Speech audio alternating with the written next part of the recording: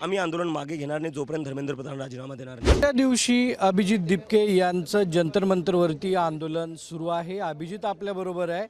दिल्ली पोलिसांनी पाणी बंद केलेलं आहे, या ठिकाणचे टॉयलेट जे आहेत तेही बंद केलेले आहेत, त्याचबरोबर लाईटही रात्र बंद केलेली होती आणि हे आंदोलन जे आहे ते आज सुरू आहे। आज देशभरामध्ये नीटची परीक्षा जी आहे ती होतीये आणि या संदर्भात नीटची परीक्षा नीट व्हावी, त्याचबरोबर त्यामध्ये कुठलाही भ्रष्टाचार होऊ नये यासाठी हे आंदोलन जे आहे ते राज्यभरामध्ये सुरू आहे।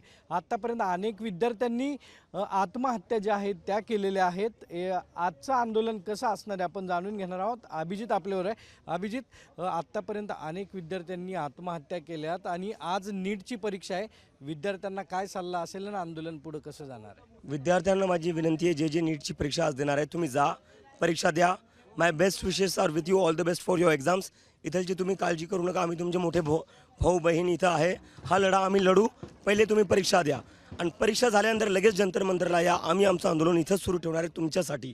तर तुम्ही आधी परीक्षा द्या आणि परीक्षा झाल्यानंतर इथं या, आई वडिलांना घेऊन या, कारण की ही लढाई फक्त तुमची नाही आहे, ही लढाई फक्त माझी नाही आहे, ही लढाई देशासाठी आहे, देशाच्या भविष्यासाठी आहे। आपण जर पाहिलं तर एक्झाममुळं बरेचसे विद्यार्थी आंदोलनात सहभागी होत नव्हते, आता त्यांच्यासाठी काय आव्हान असणार आहे? हे आंदोलन आता पुढे कसं घेऊन जाणार आहे? पोलिसांनी तर पाणी पण बंद केलं, पोलिसांनी पाणी बंद करू द्या, लाईट बंद करू द्या।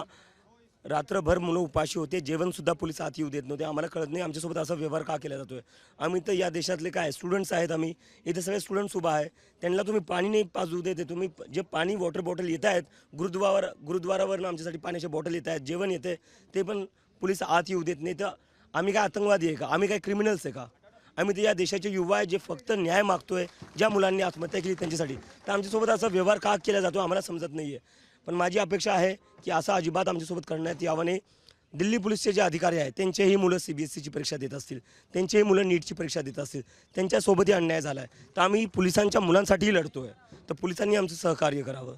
आंदोलन कशा पद्धतीने पुढे जाणार? आंदोलन इथंच सुरू राहील। मी काल दिल्ली पोलिसला विनंती केली होती, एक तर आम्हाला जंतर मंतरला आंदोलन करू द्या, नाही तर दुसरी कुठली जागा असेल ती द्या।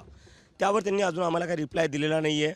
तर आम्ही अपेक्षा करतो की आम्हाला आमचं आंदोलन करू दिलं जाईल, नाही तर दुसरी जागा असेल तर ती सांगा, पण आम्ही आंदोलन मागे घेणार नाही जोपर्यंत धर्मेंद्र प्रधान राजीनामा देणार नाही। पण आता जर बघितलं तर आता ह्या आंदोलनाला वाढता प्रतिसाद जो आहे तो मिळताना पाहायला मिळतोय। अजूनही लोक जे आहेत ते राज्यभरातून, म्हणजे काल सोशल मीडियावर जे झालं की रात्रीपासून हे आंदोलन सुरू आहे, रात्रीपासून यायला सुरुवात होईल किंवा अजूनही प्रतिसाद वाढेल। माझी फक्त यावर एकच विनंती आहे, काल रात्री पण भरपूर लोक, शेकडो हजारो लोक बॅरिकेडच्या बाहेर उभा होते, त्यांना पोलीस आत येऊ देत नव्हती। कशामुळे मला कळत नाही आहे। प्रोटेस्ट करणं तर हा आमचा कॉन्स्टिट्युशनल राईट आहे, तर पोलीस का लोकांना बाहेर थांबवते? मेनस्ट्रीम मीडिया जी हिंदी मीडिया आहे, मोठ्या मोठ्या मीडिया चॅनल्सला पोलीस आत येऊ देत नाही आहे। कशाला एवढे घाबरताय तुम्ही?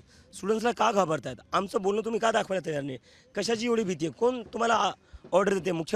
तुम्हाला दिल्लीचे मुख्यमंत्री ऑर्डर देत आहे, प्रधानमंत्री ऑर्डर देत आहे, का गृहमंत्री ऑर्डर देत आहे? का आमचा आवाज दाबायचा प्रयत्न करतायत? हे आंदोलन आता आज भूमिका काय?